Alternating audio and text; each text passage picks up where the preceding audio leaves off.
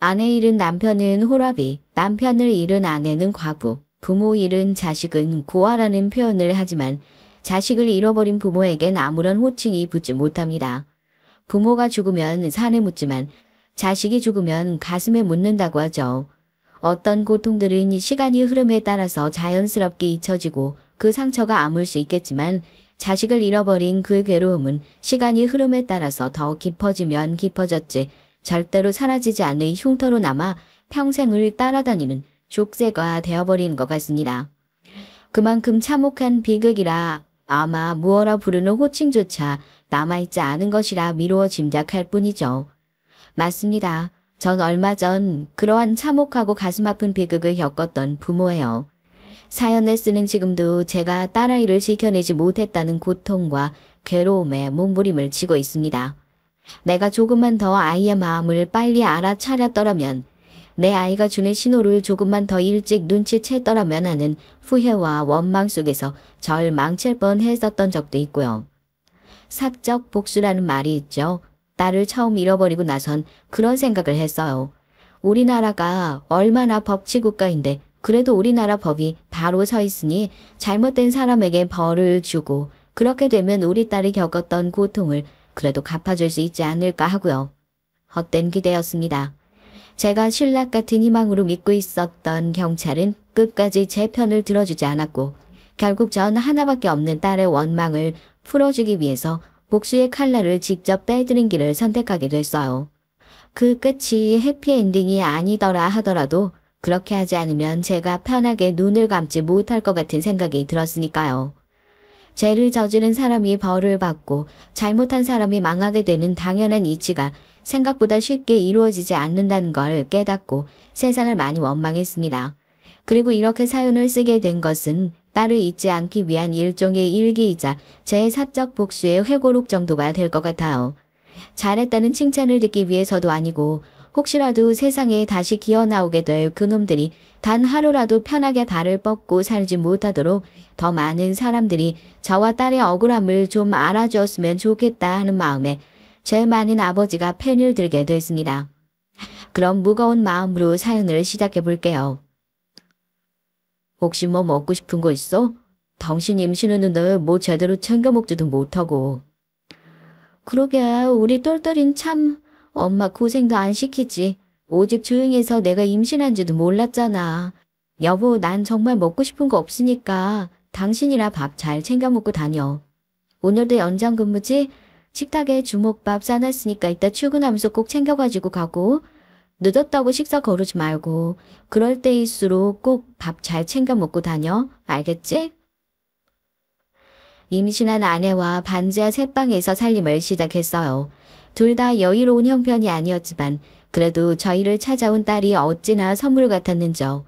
옛날 얘기 속에 나오는 선녀가 사람으로 태어난다면 저희 아내 같은 사람이 아니었을까 아직도 그런 생각을 종종 하곤 합니다. 아무것도 가진 것 없는 저에게 시집와서 고생이란 고생은 다 했죠. 배가 잔뜩 불러서 입덧 때문에 밥도 제대로 챙겨 먹지 못하는데도 어려운 형편에 괜히 제 마음이 불편할까 싶어 저한테 마음 편하게 뭐가 먹고 싶다, 뭐가 당긴다 이런 소리 한 번을 안 한 사람이었어요. 공장에 다니면서 혼자 벌어서 사는 형편이다 보니 뭐 얼마나 여유로웠겠어요. 그래도 그땐 가족이 있었기에 무언가 희망이라도 있었던 것 같습니다. 밤늦게까지 연장 근무를 하다가 집으로 돌아오면 절 기다리던 아내가 곤히 잠들어 있는 모습을 보고 그래 내 몸이 부서지는 한이 있더라도 아내와 딸애를 먹여 살려야지. 코피가 쏟아져도 이를 악물고 버틸 수 있었던 건 가족, 오로지 가족 때문이었습니다.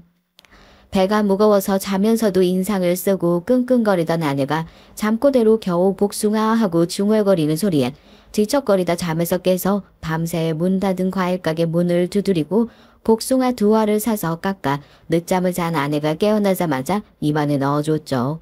자기가 복숭아가 엄청 먹고 싶었는데 어떻게 알았냐고 깜짝 놀란 아내가 참 예쁘기도 하고 안쓰럽기도 하고요. 얼마나 먹고 싶은 것을 참고 있었으면 잠꼬대로나 겨우 얘기하는 모습을 보면서 꼭 성공해서 다른 건 몰라도 눈치 보지 않고 먹고 싶은 것은 실컷 먹게 해줄 수 있는 그런 사람이 되어야겠다 생각을 했었습니다. 보통 애들보다 체중 미달로 태어나서 인큐베이터 안에 있다가 나온 딸을 보면서 아는 자기가 모자라서 딸애를 10달도 다 품어주지 못하고 세상에 내보낸 것 같아서 미안해 어쩔 줄을 몰라 했고 전 그게 전부 제 탓인 것 같아서 미안하기만 하더라고요. 이런 엄마 아빠 속도 모르고 누워서 그저 방식방식 웃고 있는 딸을 보면 세상의 모든 걱정이라곤 다 사라지는 것 같은 기분이 들었는데요. 그렇다고 정말 사는 걱정이 완전히 사라진 건 아니더라고요. 현실적인 문제들은 끊임없이 저희 가족들을 붙들고 놓아주지 않았습니다. 죽어라 열심히 사는 것 같은데 생활은 나아질 기미가 안 보였어요. 내가 이 집 사정 어려운 거야 잘 알고 있지. 그래서 여태 별 얘기 안 하고 나도 월세 몇 달씩 밀려도 아무 소리 안 하고 가만히 있었잖아. 그런데 우리는 뭐 자선 사업가야? 아니잖아. 이번에 애기 낳았다고 해서 봐줬다고 하지만 벌써 2달이야. 월세 3달 밀리면 그냥 방 빼라고 해도 아무 소리도 못하는 거 알고 있지? 다들 이런 소리 하기도 싫어. 알고 있죠.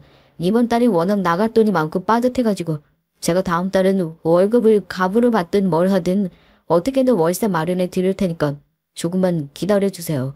부탁 좀 드릴게요. 저희 이제 여기 아니면 더 갈 곳도 없어요. 네? 딸애가 태어나자마자 병원 신세를 지는 바람에 이미 갑을 받은 월급도 더 없는 상황이었고 당장 밀려있는 월세에 눈앞이 막막하더라고요.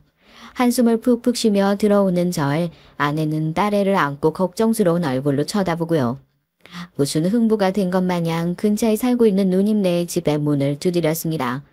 다풀이 붙은 주걱으로 뺨이라도 얻어맞았으면 좋겠다 싶은 마음이었는데 왜 사람들은 그렇게 착하고 어렵기만 한 건지요. 치영아 너도 알잖아. 우리 또 사정이 여의치가 않다. 내가 마음만 같아선 100번이고 1000번이고 더 도와주고 싶지. 그러지 말고 옳게 몸 좀 풀렸으면 나가서 일이라도 하라는 게 어때? 낮 시간 동안에 애는 우리 집에서 잠깐 봐줄 테니까. 미안하다. 내가 지금 도와줄 수 있는 게 그거밖에 없네. 우리도 애가 셋이라서 애 보는 거야 어렵진 않은데.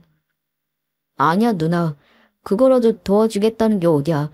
집에 가서 한번 얘기해 볼게.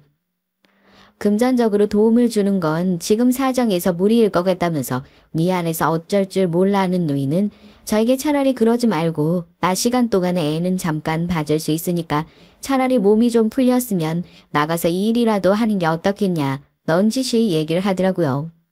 애를 가지고 나와서 몸도 제대로 못 풀어가지고 지금도 여기저기 아픈데 제 앞에서 제대로 티를 내지 못하는 아내에게 나가서 일을 하라는 말이 차마 입에서 떨어지지가 않아서 집에 돌아와서 아무런 말을 하지 못하고 있었는데 제가 누이를 만나고 왔다는 걸 알고 있었던 아내가 따로 연락을 했던 모양입니다. 깨작거리면서 저녁을 먹고 상을 물리고 나니 딸애를 재워놓고 나서 조심스럽게 제 옆으로 다가와 앉아 제 손을 꼭 잡더라고요. 자기가 나가서 일을 하겠다고요.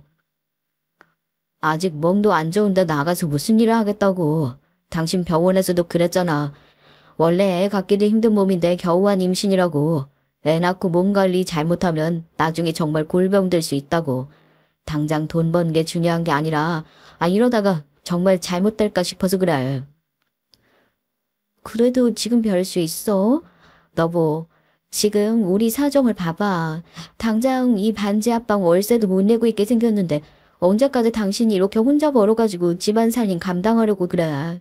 나도 집에서 혼자 애 보고 있으면 당신이 밤 늦게까지 생고생하는 거 보고 있는 거 그게 더 마음이 안 편해서 그래. 그래도 형님께서 애 봐주신다고 하시잖아. 그것만 해도 어디야. 나가서 절대 무리해서 일 안 할 테니까 당신만 좋다고 하면 우리 소영이는 그래도 남들 하는 거 흉내라도 내면서 살게 해주고 싶어. 부모로서 그런 욕심 당연하잖아. 아내는 제 손을 부여잡고 눈물까지 뚝뚝 흘리면서 저랑 딸에게 미안해서 이렇게 집에서 살림만 하곤 못 살겠다. 나가서 뭐 접시라도 닦을 수 있게 해달란 얘기를 하더라고요. 그런 고운 마음을 아는데 제가 어떻게 거기서 딱 잘라 안 된다고 거절할 수 있었겠어요. 저도 아내에게 말을 꺼내지 못했지만 당장 아내가 나가서 뭐라도 일을 도와야 먹고 살 수 있을 만한 정도가 된다는 걸 누구보다 잘 알고 있었고요.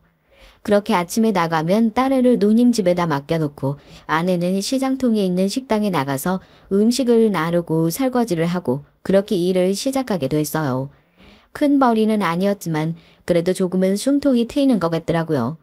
사는 건 조금 먹고 살만해지는 것 같은데 그 살만해지는 생활이 결국 아내의 몸을 갈아가지고 나온 거란 느낌을 지울 수가 없었습니다. 집으로 돌아오면 신생아인 딸이 통 잠을 자지 못해서 중간중간 깨고 오는데도 제가 한 번을 잠에서 깨본 적이 없어요. 늦게까지 일을 하느라 피곤한 제가 혹시라도 아이 울음소리에 깰까 싶어서 저희 아내가 거의 한밤중에 뜬 눈으로 지새우면서 아이를 재운 덕분이었죠.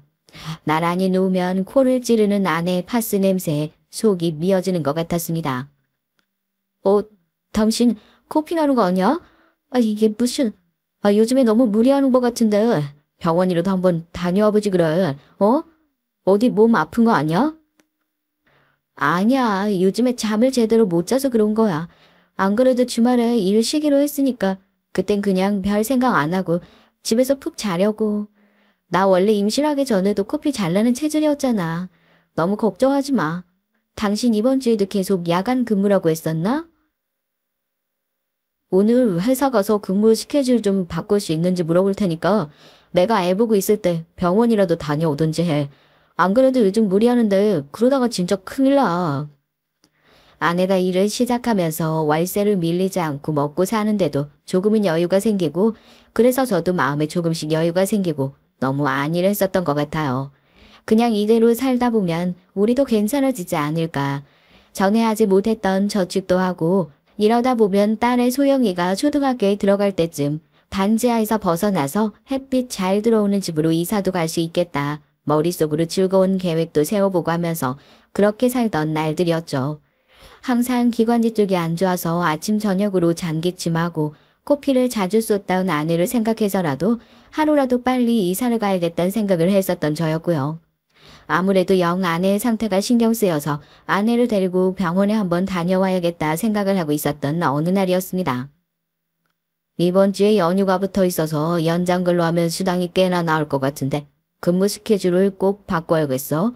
내가 다른 사람이라면 이런 얘기도 잘 안 하는데 워낙 돈 때문에 고생하고 있다는 걸 잘 알고 있으니까. 딸애가 이제 몇 살이더라? 난 갓난애기면 그냥 밥만 잘 먹고 잠만 잘 자고 할 줄 알았는데 내가 또 딸을 키워보니까 그게 아니더라고. 그 조그만 애한테 무슨 그렇게 돈이 많이 들어갔는지. 거기서 끝일 거 같지? 한 살 한 살 더 먹어갈수록 돈이... 그 기죽이는 게 아니라 고생길이 훤해서 그래. 그냥 이번 주 연장 근무 전부 다 제가 할게요. 뭐 집에 당장 급한 일이 있는 것도 아니고 사장님이 이렇게까지 신경 써주시는데 벌 수 있을 때 많이 벌어둬야죠. 순간 머릿속으로 아내를 데리고 병원에 한번 다녀와야겠다고 생각이 스쳐 지나가긴 했었지만 사장님 말대로 애 하나 키우는데 얼마나 많은 돈이 들어가는지 잘 아니까 당장 급하게 생겼으면 누님한테 부탁을 해서 다녀오라고 하든지 해야겠다. 그런 생각을 하고 남아있는 일을 제가 하겠다. 때사이 그렇게 얘기를 했죠.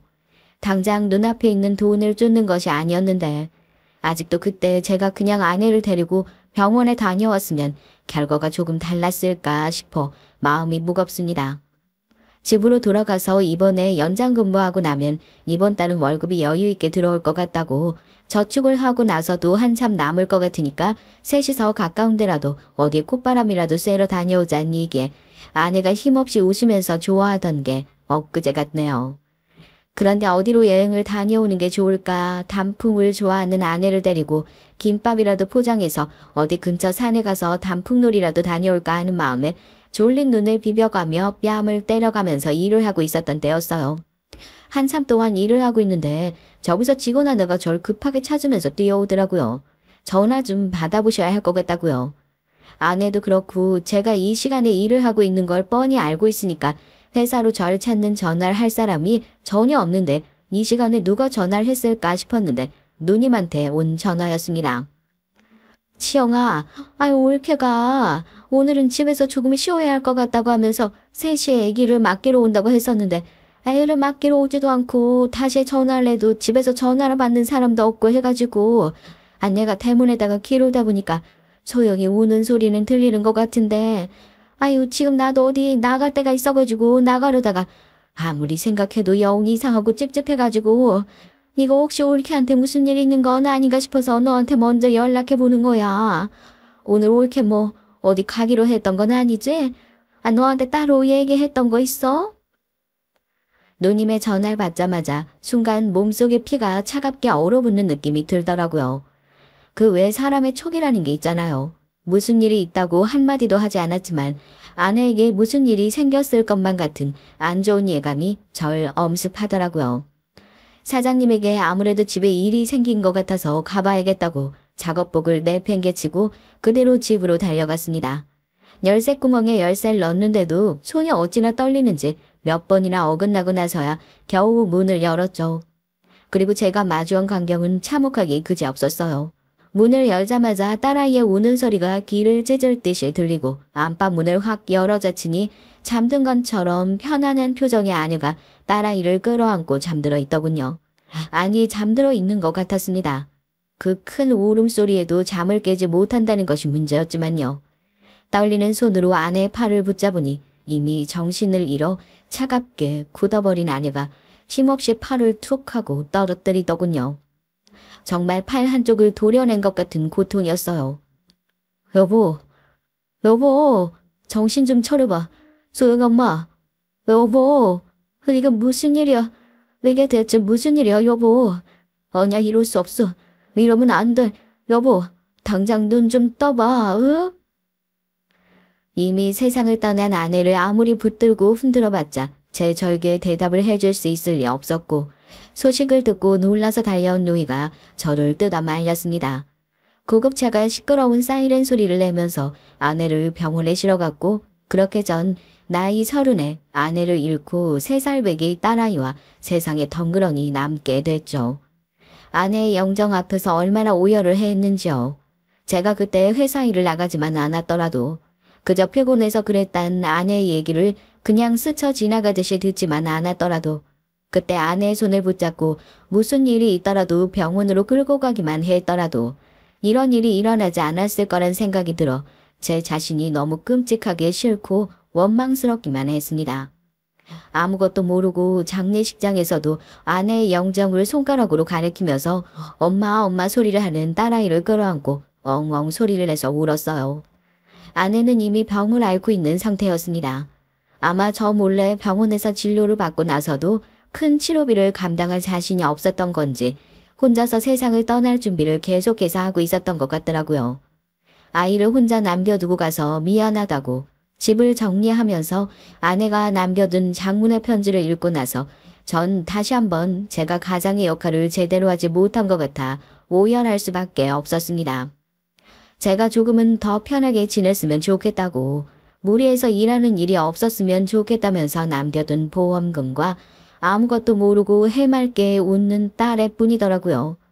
솔직히 아내에게 미안한 마음과 괴로운 생각에 저도 술을 잔뜩 마시고 아내의 곁을 따라갈까 생각도 했었지만 그렇게 된다면 아내가 저에게 남긴 마지막 약속까지 지키지 못하는 것 같은 생각이 들어서 문턱에서 포기하고 돌아섰던 적도 있었어요.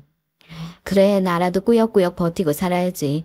이제 소영이한텐 나밖에 남지 않았으니까. 무슨 일이 있어도 우리 딸애 행복하게 잘 살 수 있도록 지켜내고 나중에 당당한 모습으로 아내를 마주해야겠다. 그렇게 다시 한번 흔들리는 마음을 다 잡아냈습니다.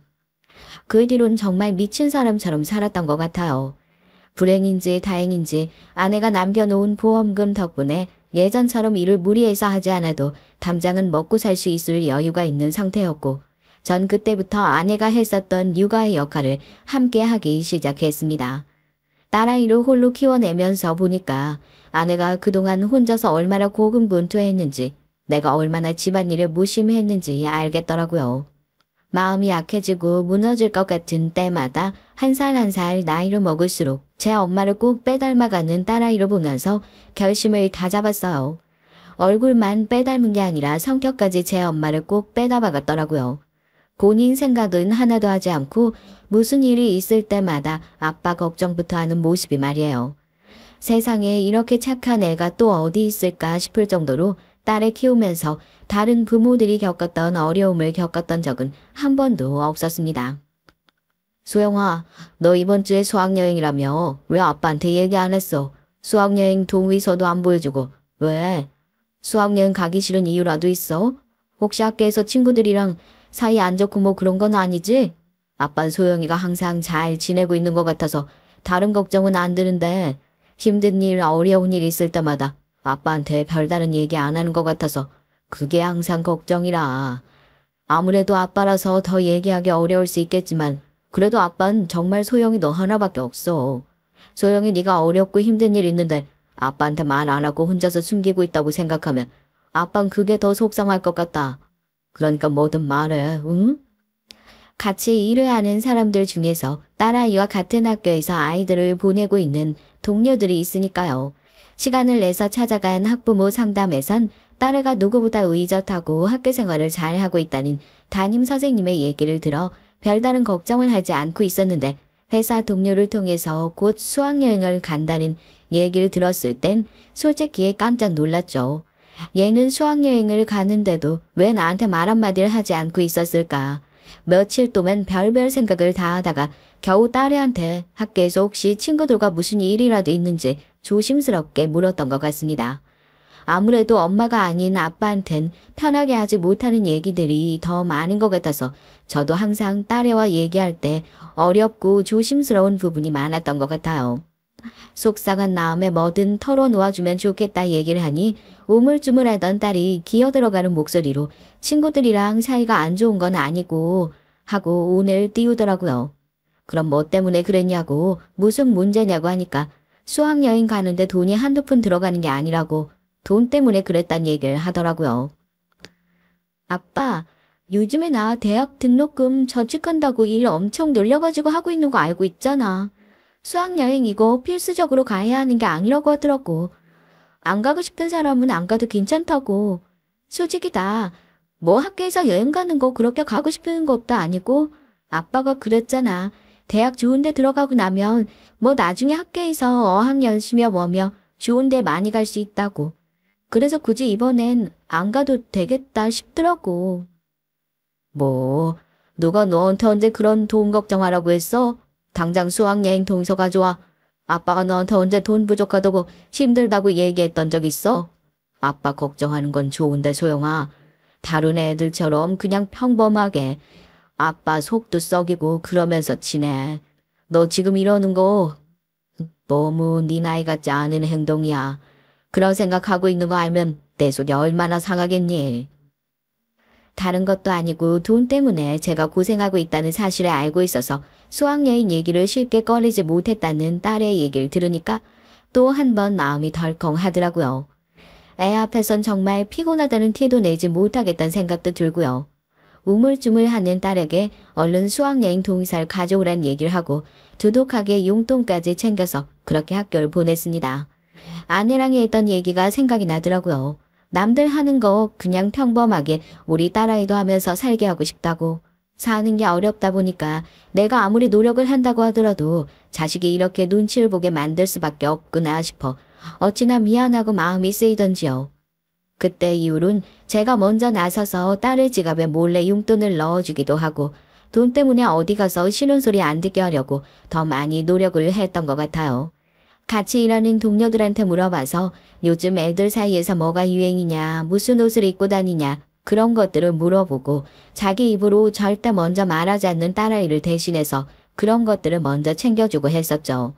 자긴 정말 이런 거 필요 없다고 괜찮다고 손사래를 치는 딸에게 그런 선물들을 억지로 쥐어주고 나면 말은 그렇게 했지만 며칠 후 방에 들어가서 혼자서 제가 준 선물은 신이 나서 들여다보고 있는 모습에 꼭 세상을 떠난 아내가 겹쳐 보이는 것 같아서 짠하고 미안하고 고맙기만 했습니다.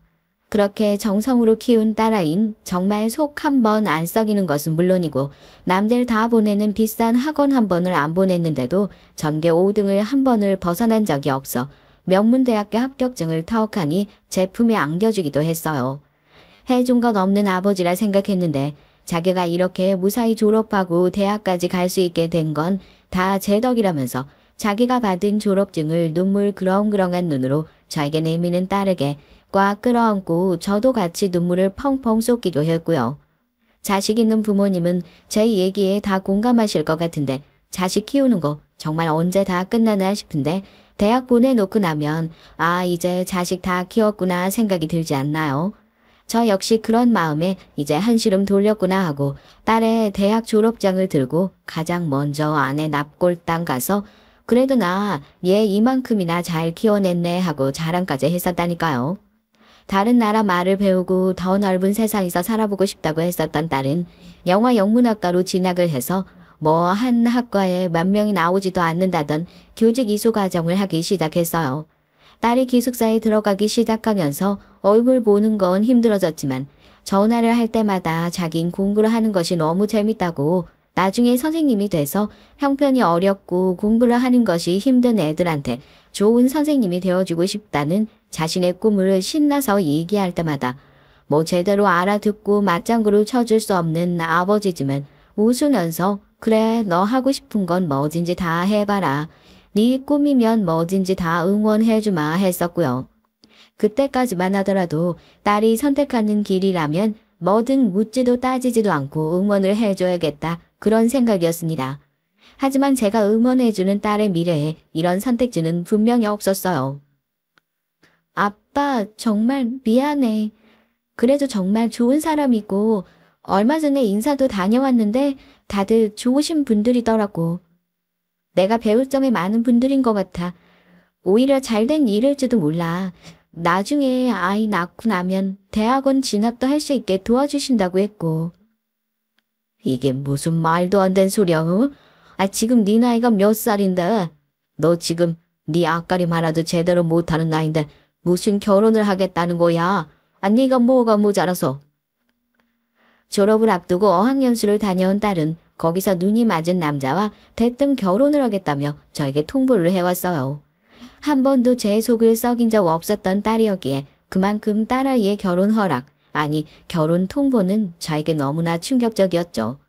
물론 집안만 놓고 봤을 땐 딸의 말처럼 부족한 것이 하나 없는 집안이었습니다.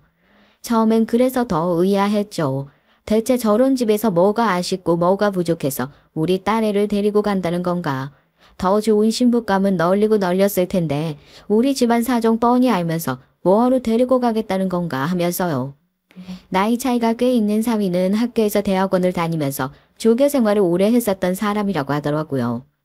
사돈 어른들은 모두 다른 대학교에서 교수 생활을 하고 있다고 하고요.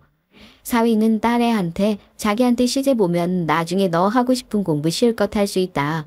우리 엄마도 아이 낳고 나서 교수 준비 시작해서 교수하셨다. 그런 얘기를 했던 모양입니다.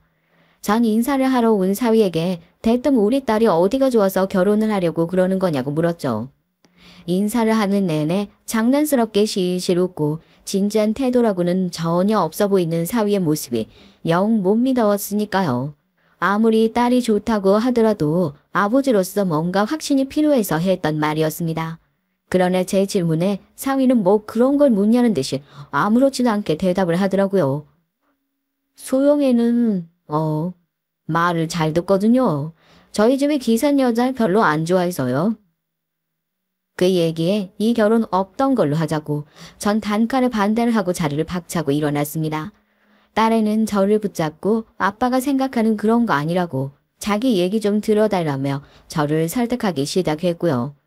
너무 사랑해서 꼭 결혼을 해야겠다. 이 사람이 아니면 안 된다 하는 그런 뻔한 대답이라도 해주기를 기다렸는데 기생 여자를 별로 안 좋아해서 그렇다니 그게 무슨 막말인가 싶네요. 그 말인즉슨 우리 딸은 고분고분 말을 잘 들을 것 같아서 좋다는 얘기인가 싶기도 하고요. 사랑만 가지고 해도 어려운 것이 결혼인데 결혼도 전부터 널 그렇게 홀대하는 사람한테 아빤 절대 너 못 보낸다. 아무리 네가 하는 일이라면 군소리 안 하고 다 좋다고 했던 나지만 안 되는 건 안 되는 거다 단호하게 거절했지만 딸애도 이번만큼은 자기 뜻을 굽히지 않았습니다. 아빠, 이 사람이 외국에서 유학생활을 오래 해가지고 한국말이 서툴고 말을 잘 이해를 못해서 그렇지 그렇게 나쁜 사람 아니야. 그리고 아빠가 분명히 나한테 약속했었잖아요. 내가 하는 일이라면 뭐든지 그냥 다 응원해 줄 거라고. 내가 언제 아빠한테 내 말 들어달라고 부탁했던 적 있었어? 이게 내가 살면서 처음이자 마지막으로 하는 부탁이라고 생각하고 이번 한 번만 내 뜻 그냥 따라주면 안 돼요? 나 정말 이 사람이 좋아서 그래요. 그리고 이 집에서 며느리로 지내면서 앞으로 내가 편하고 행복하게 잘 살 수 있을 것 같아서 그래서 그래. 모자람 없이 키웠다고 어떻게 장담을 하겠어요. 딸의 입장에선 모자라는 것 투성이었겠죠. 솔직히 조건만 놓고 따지고 봤을 땐 딸애한테 정말 좋은 기회가 될 수도 있는 결혼이라고 저도 인정할 수밖에 없었어요. 제가 그동안 지원해주지 못했던 것들 시댁에서 딸의 가능성을 알아보고 전부 지원해주겠다고 약속을 했다고 한다면 그럼 정말 얘 말대로 자기 꿈을 펼치고 사는 것도 가능하겠구나 싶었고 마음에 들지 않는 것이 99가지라고 한다면 딸의 꿈을 이룰 수 있을지도 모른다는 그 한 가지의 마음에 드는 이유 때문에 이 결혼을 허락할 수밖에 없는 그런 상황이라 저도 결혼 항복의 깃발을 들 수밖에 없었습니다. 분명히 결혼을 준비하면서 딸은 엄청나게 행복해 보였어요. 제 주변에서도 다들 딸의 결혼 잘 시켰다고 딸이 가장 큰 혼수라더니 이렇게 좋은 집에 시집 보낸 절 보면 그게 맞는 얘기 같다면서 입을 모아서 칭찬을 할 정도로 완벽한 결혼이었습니다. 전 그런 조건들을 다 떠나서 결혼식장에서 행복하게 웃으면서 제 손을 놓고 사위의 손을 꼭 붙잡는 딸의 모습 하나 때문에 그래 내가 이번엔 틀린 선택을 하지 않았구나 그렇게 생각을 하고 있었거든요. 하지만 전 끝까지 아버지의 감을, 아버지의 촉을 믿었어야 했나 봅니다. 너희 시집 가더니 아버지 있다는 사실도 아예 까먹은 거 아니냐? 아무리 바빠도 그렇지 가끔 연락은 하고 지내야지. 시댁은 어때? 잘 해줘? 평창동이라고 하더니 집이 넓어가지고 그 안에서 길 잃고 그러는 건 아닌가 모르겠다. 시부모님께선 잘 대해주시고 하긴 뭐 바빠가지고 서로 얼굴 마주칠 시간도 별로 없기도 하겠구나. 아, 어머님께서 지금 안식년이라서 1년 동안은 집에 계시거든. 내가 뭐 살림 같은 걸 제대로 배운 적 없으니까 어머님이 집에서 나 살림 알려주신다고 많이 고생하고 계시지 뭐. 그래도 다들 잘해주셔. 집도 넓고. 나 진짜 잘 지내고 있어, 아빠. 자주 연락을 해야 되는데. 잠깐만. 시어머니 들어오셨나 보다. 아빠 내가 나중에 다시 연락할게. 다음부턴 전화하기 전에 나한테 문자해. 알겠지? 어머님이 지금 논문 쓰시느라 좀 예민하셔가지고 집에서 전화가 울리는 거 별로 안 좋아하시고 아니면 그냥 내가 나중에 다시 연락할게요. 끊어. 평창동 부잣집으로 시집간 딸애가 그저 잘 살고 있을 거라고만 생각했었는데 딸아이인이 시집가고 나서 귀신같이 연락이 또 끊기게 됐어요. 처음엔 시집간 딸한테 무슨 일이라도 있는 게 아닌가 걱정스러운 마음에 전화라도 한번 해봐야 하는 게 아닌가 걱정을 하고 있으니 직장 동료가 웃으면서 그런 저에게 딸은 시집 보냈다고 끝이 아니라 이제 마음에 놓아주는 것까지가 완전히 끝인 거라 같은 소리를 하더라고요. 아내가 떠나고 나서 딸이랑 계속 같이 지내왔던 세월이 있으니까 갑자기 느껴지는 빈자리가 크게 느껴져가지고 제가 더 유난스럽게 구는 거라면서 말입니다. 처음엔 저도 그런 거라고 생각을 했죠. 하지만 뭔가 딱 이렇다 하고 말을 할 순 없지만 딸애가 전화할 때마다 이상한 눈치가 있긴 했어요. 그러지 말고 이번 주엔 집에 한번 오지 그래. 얼굴 본 지도 오래됐고 집에 와서 하루 자고 가는 게 어려우면 잠깐 나와서 저녁이라도 같이 먹고 이번 주에 언제가 시간이 괜찮겠어? 아빠, 내가 전화하기 전에 문자로 먼저 연락 달라고 했잖아. 이번 주엔 시간이 안 돼. 이번 주엔 시댁 제사 있어서 며칠 동안 계속 준비해야 할 것 같거든. 저녁에 내가 자리 비울 수도 없고 내가 다음 주에, 아니 다다음 주에 나중에 시간 되면 먼저 연락할게. 뭐? 지난달에도 시댁 제사라고 하지 않았어? 무슨 제사가 그렇게 많아? 처음엔 딸애랑 편하게 전화통화를 했었던 것 같은데 시간이 지날수록 딸은 저와 연락을 하는 것조차 불편해하는 눈치였습니다. 제가 전화를 하기 전에 미리 문자로 지금 통화 괜찮냐 연락을 하지 않으면 통화를 하는 것도 쉽지 않았고요. 말로는 지금 교수 생활 중에 안식년을 맞이한 시어머니가 집에서 논문 집필을 하고 있어서 소음에 예민해가지고 자기도 전화통화를 하는 걸 주의하고 있다곤 하지만 딸이랑 통화를 할 때마다 예민해지는 것 같은 말투와 목소리도 영 마음에 걸리고 그러지 말고 시간 내서 한번 저녁이라도 같이 먹는 게 어떠냐 얘기를 하니까 매달 제사 핑계를 대면서 은근히 저와 만나는 걸 피하는 눈치더라고요. 처음엔 이런 딸의 태도를 오해해서 시집을 가고 나니 친정 아버지와 인연을 끊어내고 싶은 건가 그런 생각을 했을 정도로 딸의 태도는 완전히 달라지게 됐습니다. 뭔가 이상해서 사위에게도 연락을 했죠. 별일 없다고 그랬다면서요. 그 사람이 별일 없다고 하면 별일 없는 거죠. 저희 잘 지내고 있는데 그 사람이 살림을 너무 못해서 저희 어머니가 좀 스트레스 받으시는 건 있으시죠. 확실히 어머니가 계시고 안 계시고 하는 게 그런 데서 티가 난다고 하면서요. 그런데 두 사람 사이에 트러블 안 생기게 제가 중간에서 잘 막고 있으니까 너무 걱정하지 마세요. 사위는 오히려 시어머니와 제 딸 사이에서 생기고 있는 트러블을 막느라 자기가 요즘에 골치가 아프다면서 그런 걸 제외하곤 별 일이 없다는 식으로 얘기를 하고 이걸 찾아가 보기를 해야 하나 뭘 어째야 하나 실체 없는 제 걱정과 불안은 점점 더 커져가기만 했습니다. 시집을 간 딸의 결혼 생활에 아버지가 왈가왈부하는 것이 옳지 않다는 것도 잘 알고 있었지만 이런 식으로 제 쪽을 무시했다가 이미 한번 아내를 잃어봤던 적이 있었던 저로선 불안한 마음이 왈칵 앞서서 일이 끝나고 무작정 시댁에 찾아갔던 적이 있었죠. 응대하는 가정부에게 딸을 만나러 왔다 얘기를 하니까 잠깐 두런두런 얘기하는 소리가 나더니 오늘 다 같이 외출하셨다고 하고 다음에 오셔라 문전박대를 당하기도 했어요.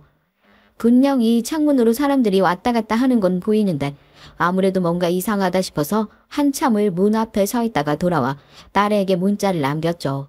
아버지인 네가 잘 살아도 되고 못 살아도 괜찮으니까 힘든 일 있으면 제발 숨기지 말고 그냥 편안하게 털어놓아 달라면서요. 그것이 딸과 한 마지막 연락이 될 줄 몰랐습니다. 그날 새벽 짧은 핸드폰 진동 소리에 전 잠에서 깨게 됐어요. 딸아이로부터 문자 한 통이 와 있더라고요. 아까 제가 보낸 문자에 대한 답이겠거니 하고 졸린 눈을 얼른 뜨고 핸드폰을 열었더니 딸아이에게 와 있는 답장은 충격적이기 그지없었습니다. 아빠 시어머니가 날 너무 괴롭혀서 난 더는 살고 싶지 않아로 시작하는 장문의 문자 메시지. 몇 번을 다시 읽어봐도 유서로밖에 읽히지 않는 문자 내용에 전 큰 충격을 받아 황급하게 통화 버튼을 눌렀지만 핸드폰이 꺼져 있다는 연결음만 울릴 뿐 딸아이와 연결은 되지 않았어요. PC 무슨 일이 있는 거구나 싶어 얼른 사돈댁으로 찾아가 보자 싶어 옷을 챙겨 입고 있는데 또 한 번 긴 진동소리가 들리더라고요.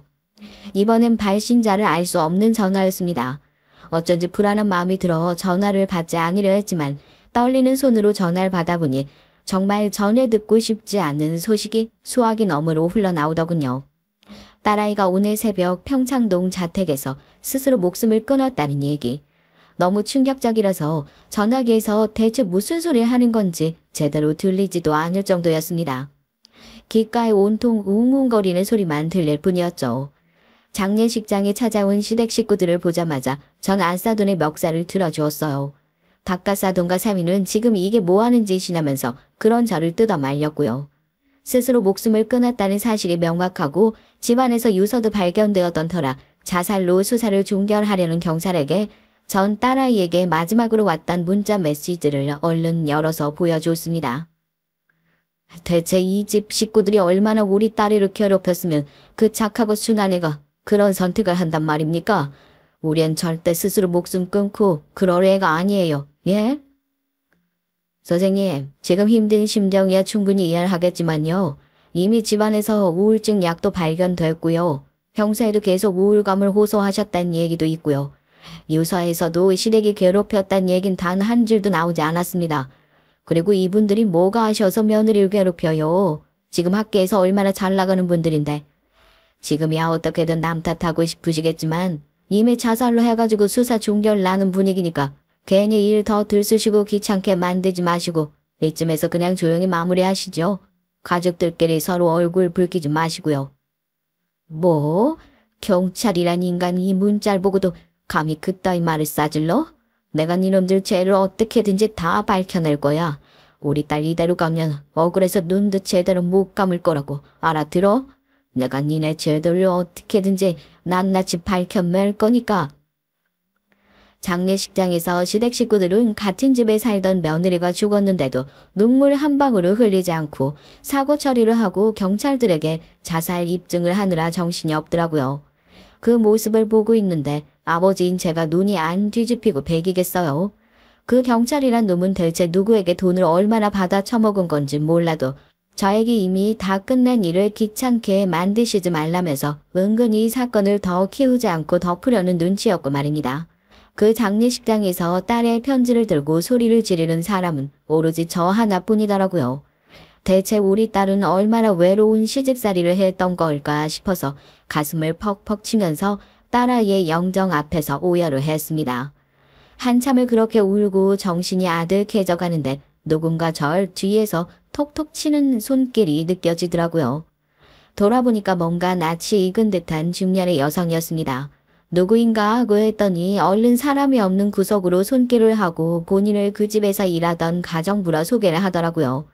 제가 인터폰으로만 얼굴을 봤던 그때 그 가정부구나 싶었죠. 대체 무슨 일로 절 부른 건가 싶었는데 제 손에 조그만 플라스틱 카드키를 하나 건네줬습니다. 그 집에서 유일하게 저 사람 취급해준 사람이라곤 따님 한 분밖에 없었어요. 말씀대로 억울한 죽음이에요. 전 옆에서 다 지켜봤잖아요. 그 집 사모가 어떻게 사람을 쥐잡듯이 잡는지 저도 눈만 마주치면 그 갑질에 매일같이 당하고 살았죠. 이제 어떻게 하실진 선택이시지만 전 이렇게라도 꼭 돕고 싶었네요. 그 마음만 알아주세요. 내일 아마 그 집 식구들 경찰 조사 마무리 받는다고 오후에 다 같이 집을 비울 거예요. 집에 있는 가정부들한텐 제가 얘기해 놓을 테니까 집안 정리하기 전에 필요한 거 있으면 빨리 찾아서 가지고 나오세요. 아시겠죠? 나중이라도 제가 뭐 증언해야 할 거 있으면. 솔직히 이제 이 나이 먹고 잃어버릴 게 뭐가 있냐 싶네요. 어떻게든 도와드릴게요. 저도 딸 같아서 그래요. 가정부 아주머니는 제게 카드키를 쥐어주면서 그 집에서 자기를 인격적으로 대해주었던 건 오로지 제 딸 하나밖에 없었다면서 저를 돕고 싶다고 물건을 정리하기 전에 증거가 될 만한 것들을 가지고 나오시라면서 주위를 살피면서 저에게 카드를 건넸습니다. 전 몇 번이나 고맙다는 인사를 하고 그 카드를 받아들었고요. 그리고 다음날 약속한 시간이 되고 전 비어있는 딸의 시댁 문을 열어젖혔죠. 미리 연락을 받은 가정부 아주머니들은 약속한 것을 지키기라도 하듯이 다 같이 제 손을 꼭 붙들고 지금부터 집에서 뭘 하시든지 자기들은 못 본 걸로 하겠다면서 저 대신 낭을 봐주셨고요. 그렇게 딸의 방으로 들어가서 서랍 안에 숨겨놓았던 딸의 일기장과 딸애가 침대 밑에 몰래 숨겨두었던 진단서 뭉치를 발견해가지고 나왔습니다. 딸의 일기장을 한 장 한 장 넘겨보는데 시집가고 난 이후에 얼마나 시부모에게 폭언과 폭력에 시달렸는지가 고스란히 남겨져 있더라고요. 그걸 보고 전 한번 가슴을 칠 수밖에 없었습니다. 어떻게든지 신고를 하기 위해서 진단서를 떼어놓고 고소를 할 준비를 하고 있었던 와중에 딸애를 죽음으로 내몰기 위해서 끊임없이 괴롭혔다는 정황들도 일기장에서 다 드러나게 됐어요. 어떻게든지 스스로 목숨을 끊었다고 구구절절 얘기하긴 했지만 딸의 일기장을 보면 누구나 다 알 수 있었습니다. 이건 그냥 타살이었다고요. 명예를 중시하던 시댁 식구들이 그냥 유치하게 저희 딸아이 하나를 놔두고 집안이며 환경을 가지고 깔보고 무시하고 인간답지 않은 취급을 하며 끊임없이 괴롭혔다는 것이 그대로 남겨져 있었죠. 전 그 증거들을 모조리 챙겨서 사돈댁이 진술하고 있는 경찰서로 당장 달려갔습니다. 자기들을 제 딸의 죽음과 절대로 연관이 없다고 얘기를 하고 있는 그 뻔뻔한 인간 안사돈의 멱살을 그대로 잡아 올려서 깃방망이를 날렸죠. 경찰관들이 말릴 새도 없이 바깥사돈 사위의 뺨도 차례로 날렸습니다. 돈을 받아 먹은 것으로 추정되는 경찰관에게 빼도 박도 못할 집에서 발견한 증거를 내밀었죠. 증거를 받아든 경찰은 땀을 삐질삐질 흘리기 시작하더라고요. 아니, 사돈이 저걸 어떻게? 아이 대체 무슨 수로 우리 집에 몰래 들어가기라도 한 거예요? 이거 주거 침입죄를 신고해야 하는 거 아니에요? 예, 주거 침입죄로 신고하세요. 저한테 죄가 있으면 뭐든지 다르게 받겠습니다. 그런데 제 죄를 묻기 전에 우리 딸 저렇게 만든 이 사람들 죄부터 제대로 따져 물어주세요. 경찰이라면 웅당 그래야 하지 않겠습니까? 여기 있는 이 사람들 제가 몽땅 고소하겠습니다. 고소장 접수해 주세요. 아, 내가 못 살아 정말. 고소장 절대 접수하지 마세요. 야, 너 왜 대답을 안 해? 내가 너한테 1년에 갖다 바치는 돈이 얼만데? 너 이 사건 제대로 못 덮으면 내가 아주 네 모가지 날려버릴 줄 알아? 지금 경찰관 매수했다고 자백하시는 거예요? 이 인간들 단체로 아주 정신이 나갔구만. 뭐 하고 있어? 당장 피의자 전화하고 고소장 접수 안 하고. 그렇게 전세는 완전히 역전되고 사돈댁 식구들은 나란히 유치장에 갇혀 제대로 된 조사를 받기 시작했어요. 돈을 받아 처먹은 경찰관도 마찬가지였고요. 가정부 아주머니들께서 물심양면으로 도와주신 덕분에 조사 과정에서 여러 죄들이 줄줄이 밝혀진 덕분에 고소장 접수는 수월하게 진행됐고 지금 현재 재판 진행 중에 있는 사건입니다. 실형을 선고받은 것이 확실시 되었다고 하니 이제 저희 딸도 조금은 눈을 편하게 감을 수 있지 않을까.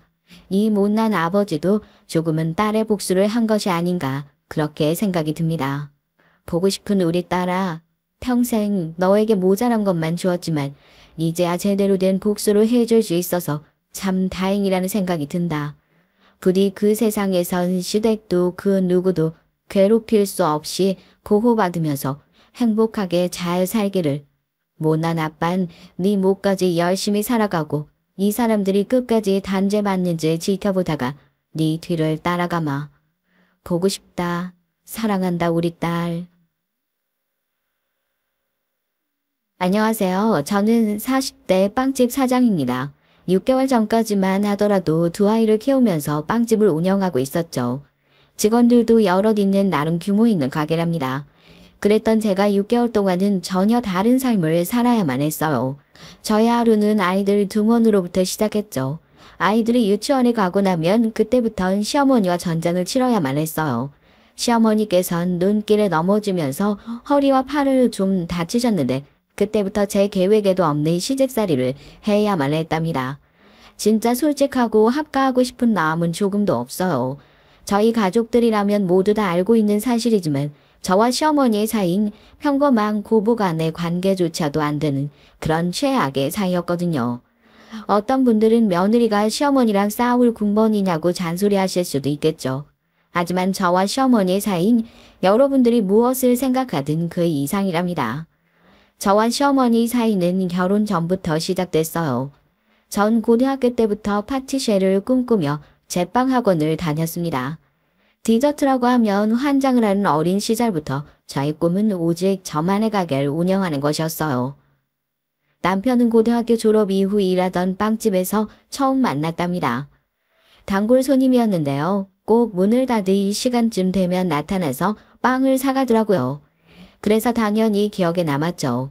본인이 고백하기론 절 보고 싶어서 일부러 그 시간에 왔다고 하는데 이걸 믿어야 할지 그냥 넘겨야 할지 모르겠어요. 제가 뛰어난 미인도 아니고 그렇다고 귀엽거나 늘씬한 몸매를 가진 것도 아니거든요. 당시 제 머릿속엔 빵에 대한 생각밖에 없어서 꾸미고 다니지도 않았고 트레이닝복을 아래 위로 맞춰 입고 다니기만 했었으니 남편의 말을 믿을 수가 있어야죠. 그런데 남편은 그런 제가 엄청 빛나 보였다고 하더라고요. 당연히 초반엔 대차게 거절을 했죠. 그럴 시간이 어디 있냐고요. 제가 제빵에 관심이 많아서 시작하기도 했지만 어릴 때 어머니가 일찍 돌아가시고 아버지께서 재혼을 하셨기에 뭔가 집에 있는 것이 눈치가 보이더라고요. 그래서 빨리 독립하고 싶은 마음도 컸기 때문에 연애에 정신이 팔릴 마음의 여유가 전혀 없었답니다. 그런데도 남편은 포기하지 않고 묵묵하게 절 챙겨주더라고요. 그 마음에 흔들리게 됐죠. 그렇게 저희는 연애를 시작하게 됐는데 연애 초반부터 엄청난 시련을 겪어야만 했어요. 저와 남편이 연애를 한다는 사실을 알게 된 시어머니께서는 아주 불같이 화를 내시며 반대를 하셨거든요. 당시 남편은 서울대 경영학과 졸업반이었고 전 고졸의 빵집 직원이다 보니까 당연히 시어머니 눈엔 제가 마음에 들 수가 없었죠.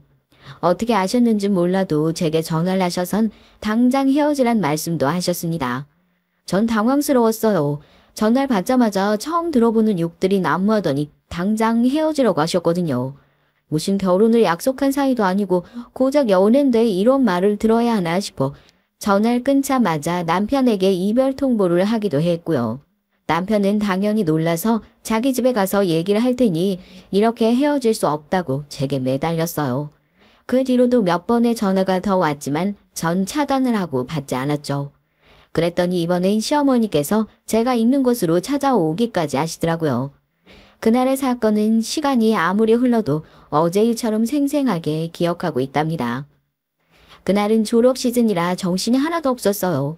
아침부터 주문이 들어온 케이크 반죽을 해두고 생지를 만들고 나니까 어깨가 빠질 것 같은 날이었죠. 점심이 넘어서야 겨우 주문량을 맞추고 쉬고 있는데 홀에서 시끄러운 소리가 들리더라고요.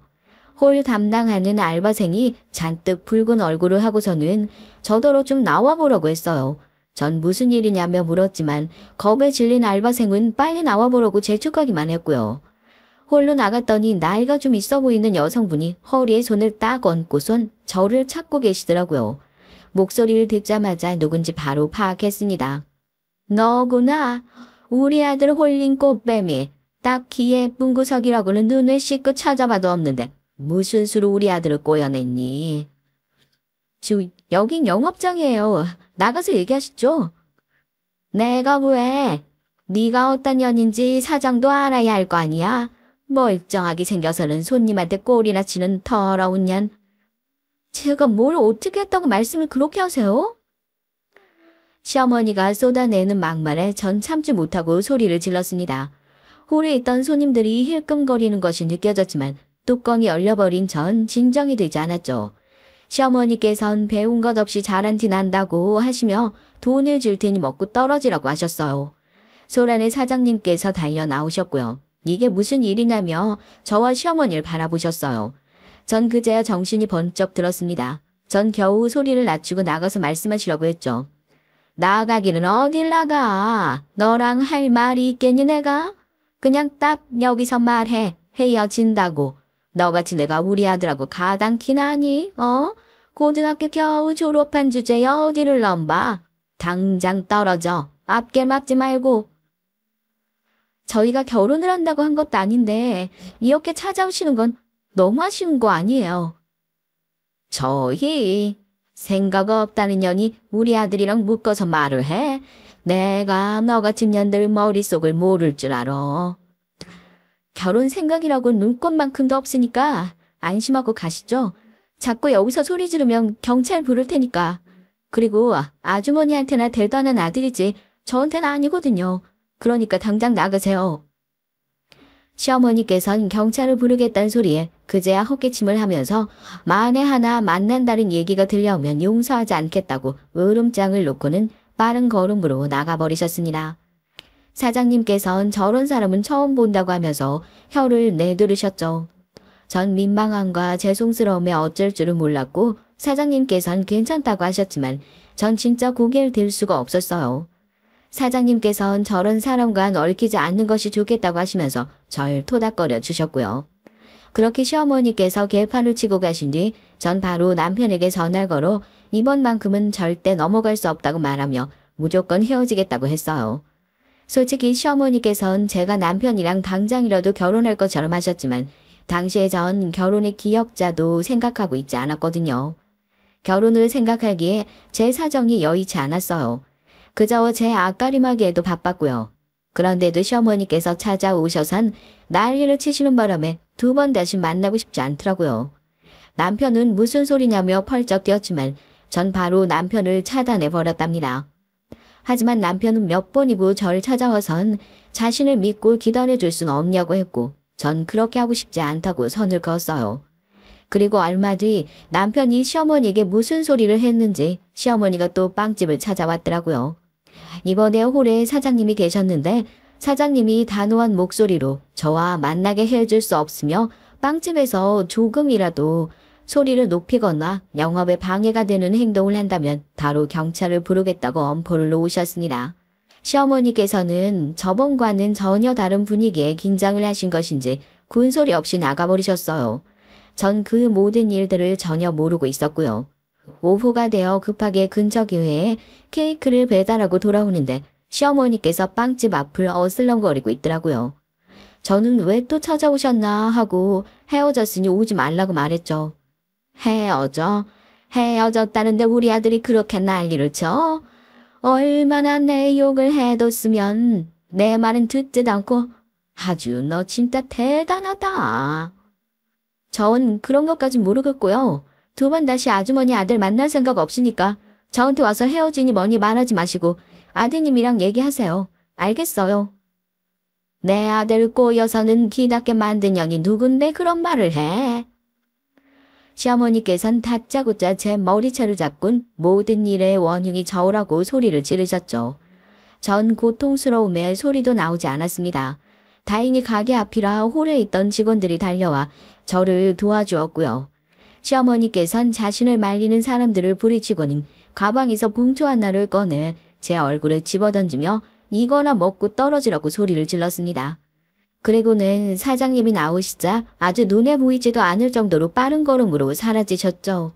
머린 다 뜯겨서 산발이 된 전 제 앞에 떨어진 봉투를 주었습니다. 제 얘기를 듣고 계신 분들은 상상이 되시나요? 그 속에 얼마가 들어있었을지. 1,000만 원? 아니면 2,000만 원? 전혀 아니었습니다. 그 속에는 딱 100만 원이 들어있었어요.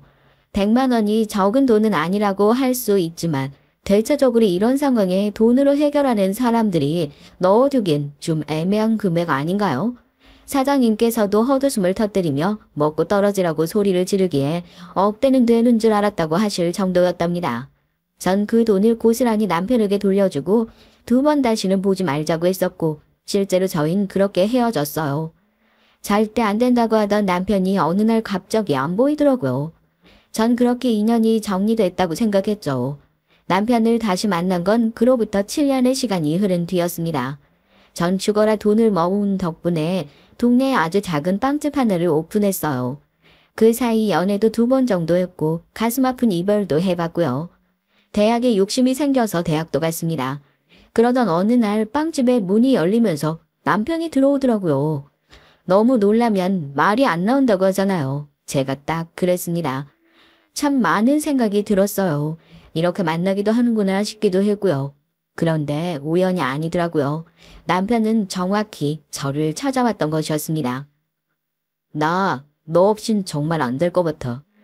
부모님 반대는 내가 어떻게든 할게. 우리 다시 시작하자. 하루아침에 사라져버린 사람이 이제 와서 무슨 소리야? 난 깔끔하게 정리했고 오빠네 어머니와는 다신 마주하고 싶지 않거든. 전 단칼에 거절했지만 남편은 펄쩍 뛰며 그게 무슨 말이냐고 하더군요. 자기는 분명 유학을 가기 전에 제게 편지를 보냈고 유학 중에도 편지며 메일이며 꾸준하게 보냈다고요. 당시 그런 일을 겪고 제가 아예 다른 지역으로 이사를 가버리는 바람에 중간에 어긋난 것 같았습니다. 거기다 메일이라니 전 그런 걸 받은 기억이 없었어요. 전 남편에게 이렇게 서로 엇갈렸던 인연이라면 여기서 그만두는 것이 맞는 것 같다고 말했죠. 하지만 남편은 포기할 생각이 없었는지 꾸준하게 절 찾아왔고 그 모습에 마음이 흔들려 버렸습니다. 프로포즈를 받고 시댁 식구들과 인사를 나누는 날 저를 보고 소스라치게 놀라던 시어머니의 얼굴이란 정말이지 어지간한 공포 영화의 여주인공의 표정 저리 가라 정도더군요. 남편은 저와 다시 만나고 있다는 얘기를 전혀 하지 않았던 모양이었어요. 시어머니께선 절 보자마자 네가 어떻게 이 자리에 나올 수 있느냐고 소리를 지르더라고요. 남편은 일남 이녀의 둘째로 위아래 여자 형제들이 있었어요. 그런데 아가씨가 저를 보고 사색이 되더라고요. 왜 저를 보고 저런 표정을 지을까 이상하긴 했죠. 제가 형님은 만난 적이 있어도 아가씨는 처음이었거든요. 시댁 식구들과 만난 그 자리는 간단히 말하자면 아주 개판이 됐습니다. 너 저런 년이랑 아직도 만나고 있었어? 네가 뭐가 부족해서 저걸 칠해드린다는 거야. 어머니 말씀 그렇게 하지 마세요. 전 얼마나 잘났다고 사람을 그렇게 말씀하세요. 그리고 설사 어머니께서 마음에 들지 않으신다고 해도 이 사람 앞에서 말씀하시는 건 예의가 아니죠. 네가 어떻게 엄마한테 이럴 수가 있어. 내가 널 어떻게 키웠는데 저런 걸 며느리라고 데리고 오냐고. 시어머니께선 면전에 대고 고래고래 소리를 지르시며 자신이 죽기 전까진 절대 결혼을 허락할 수 없다고 하시더군요.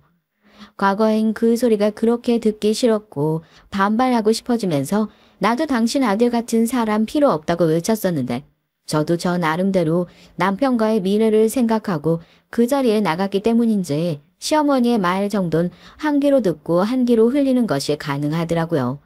막말로 제가 남편이랑 살지 시어머니랑 사는 건 아니잖아요.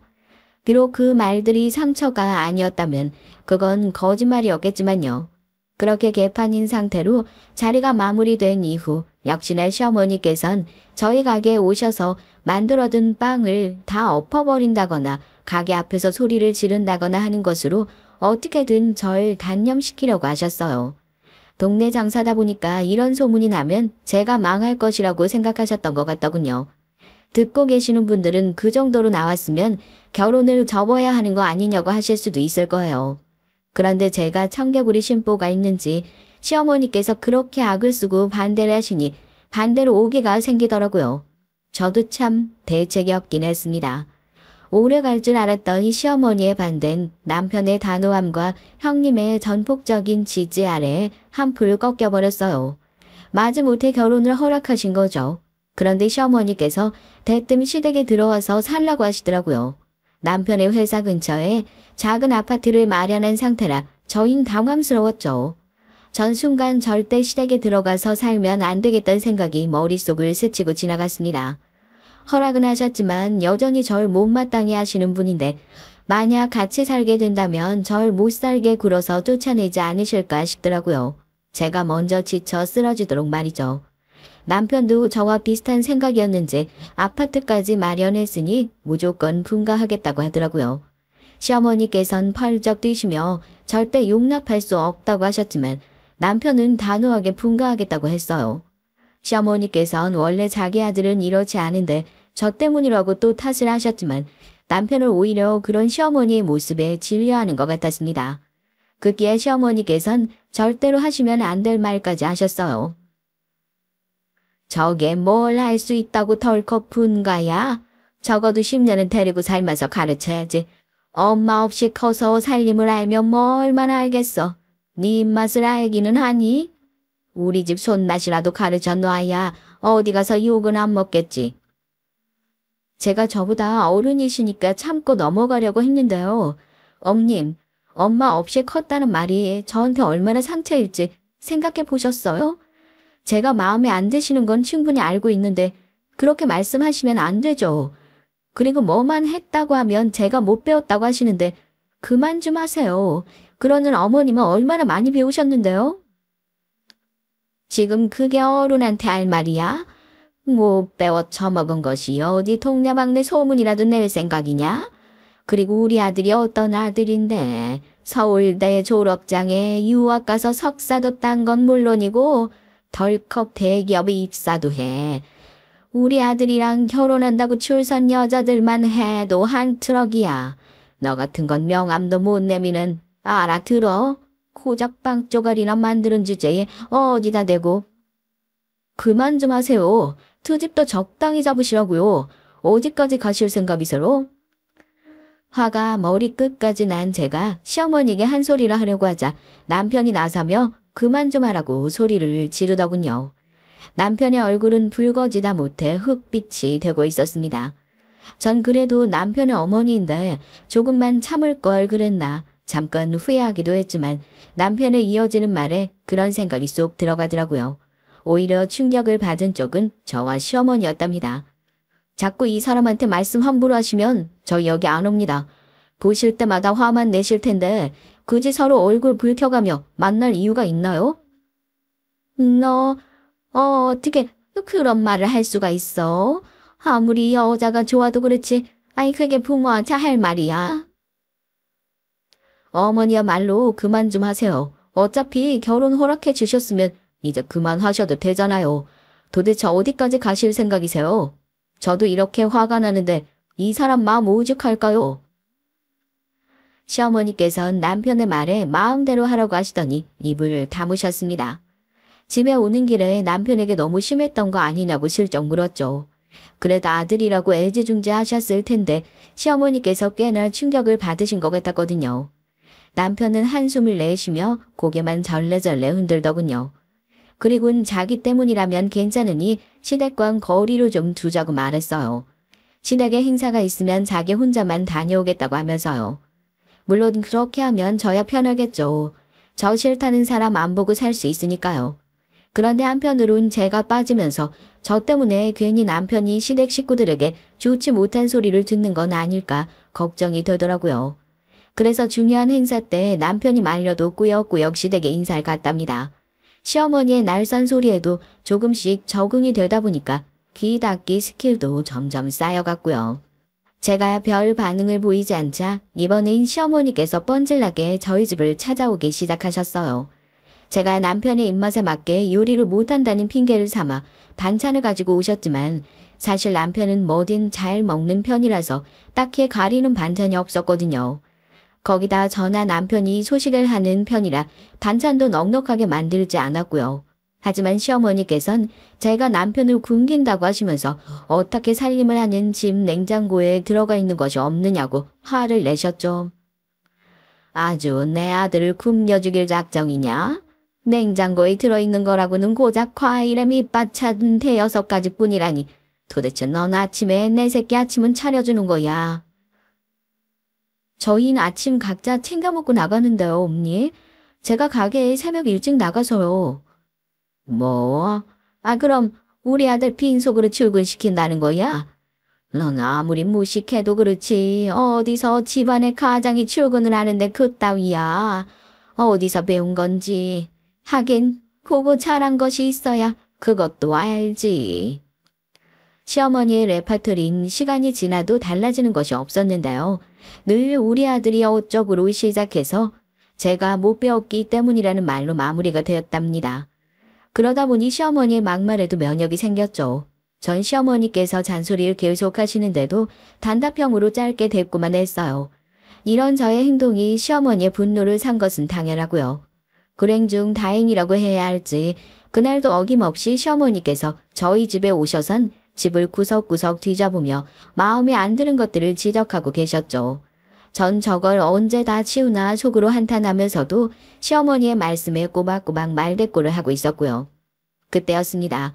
제 태도가 마음에 들지 않으셨던 시어머니께서 소파에 올려둔 쿠션이 더럽다고 하시면서 제 쪽으로 던지셨는데 딱 타이밍 좋게 남편이 들어왔어요. 남편은 벙찐 얼굴로 저와 시어머니를 바라보다가 지금 뭐하는 짓이냐고 소리를 질렀고요. 시어머니께서도 이런 상황은 생각하지 못했던 터라 당황하시더라고요. 남편은 당장 나가자고 하면서 시어머니를 모시고 나갔고요. 그날 이후로 시어머니는 일체 저희 집에 오지도 않으셨습니다. 그렇게 약간은 거리감을 두고 지낸 사이에 저희 가족에게도 변화가 생겼어요. 아이가 둘이나 태어났죠. 그 일로 정말이지 큰 소란이 있었답니다. 큰애가 딸아이인데 시어머니께서는 자신이 키우겠다고 하시더라고요. 육아를 도와주겠다가 아니라 아예 자기가 키우겠다고요. 시집 말이나 되는 소립니까? 멀쩡히 엄마인 제가 있는데 시어머니께서 키우시겠다니요. 물론 제빵 일을 하면서 아이를 키우는 것이 쉬운 일은 아니지만 그렇다고 아예 못하는 일도 아니잖아요. 네 손에 맡겨뒀다가 무슨 꼴을 볼 줄 알고. 됐다. 어긴 말은 제대로 하겠어. 글자는 제대로 익히고 더러운 버릇이나 들지. 그러니까 군소리 하지 말고 내가 키울 테니까 넌 그냥 그 빵 조각이나 만들어. 어머니께서 무슨 말씀하시든 제가 키웁니다. 엄마가 처음이니 당연히 서툴 수도 있고 부족한 부분이 있을 수도 있죠. 하지만 그렇다고 해서 제가 못할 일은 아니거든요. 그러니까 이상한 소리 자꾸 하실 생각이거든. 그이한테 하세요. 아주 아들이 네 편을 들어준다고 고개 빳빳하게 들고 잘한다. 언제까지 네 편일 줄 알아? 눈에 콩깍지가 떨어져 나가면 너 같은 건 길거리 뒹구는 담배꽁초만도 못한 취급이나 받을 거야. 알겠어? 제가 남편을 들먹거리며 시어머니에게 맞서자 시어머니도 더 이상은 아무 말 못하고 입을 꾹 다물더군요. 진짜 이렇게까지 해야 하나 싶었지만 시어머니 성향으로 봐선 이걸로도 부족하다 싶었답니다. 시어머니와 그 일이 있다 보니 전 아이들 교육에 있어서만큼은 꼼꼼하게 챙겼답니다. 엄마가 처음이다 보니 여기저기 지인들 도움을 받기도 했고요. 그래서 처제에게 조금은 미안한 마음을 갖고 있어요. 아는 것이 없다 보니 이것저것 너무 많이 시키기도 했고 아이에게 과하게 엄하게 굴기도 했거든요.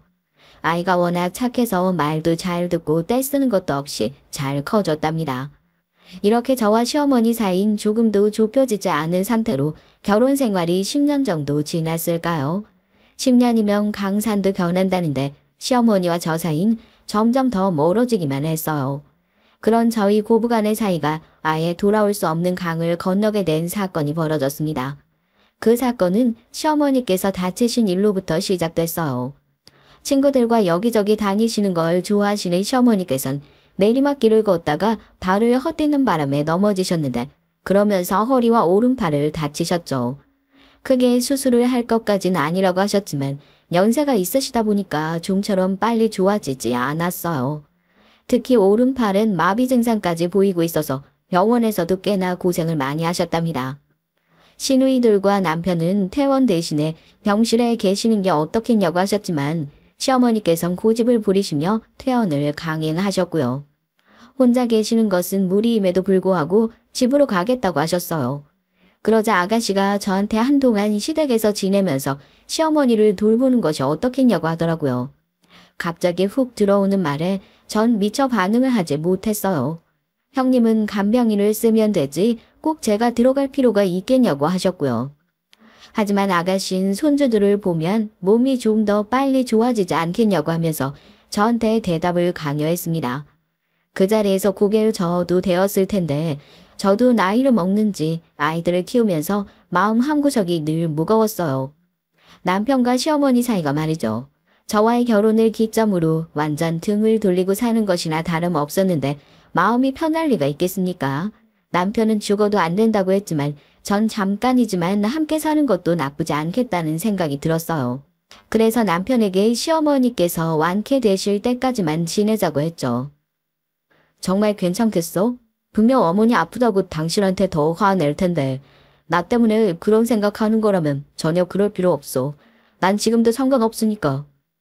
물론 시어머니와 여전히 불편하고 싫은 마음이 크지만 그렇다고 아이들이랑 어머니 사이가 서먹한 것도 보기 싫고 당신 나 때문에 그동안 시댁 어른들한테 싫은 소리 많이 들었잖아. 이번에 그냥 모른 척하면 더 심해질 것이 분명한데 따지껏 내가 몇 달만 좀 참아보지 뭐. 그동안 남편이 저 대신 싫은 소리, 나쁜 소리를 얼마나 많이 들어왔는지 누구보다 제가 더 잘 알고 있었어요.